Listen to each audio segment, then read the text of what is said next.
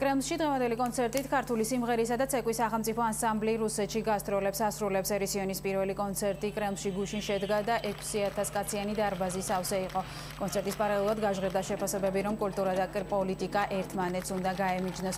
რუსეთში ტურნე როსტოვიდან დაიწყო და 5 ქალაქი მოიცვა.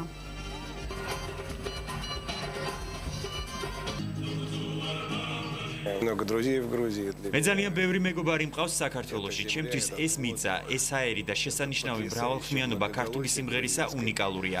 საერთოდ ყველაფერი, ღვინო, ურთიერთობა. მე ძალიან მიყვარს საქართველო. რა უნდა ვთქვათ? დიდი სიამოვნება მივიღეთ 20 წლით გამეზარდა სიცოცხლე კიდეც.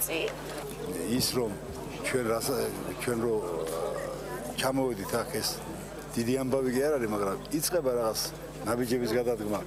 რუსთაველის თეატრი ჩამოდის ცოტა ხანში. ეს სუხიშვილების და რუსთავი ჩამოდის ანსამბლი. ძალიან კარგია. მოვეფეროთ ერთმანეთს.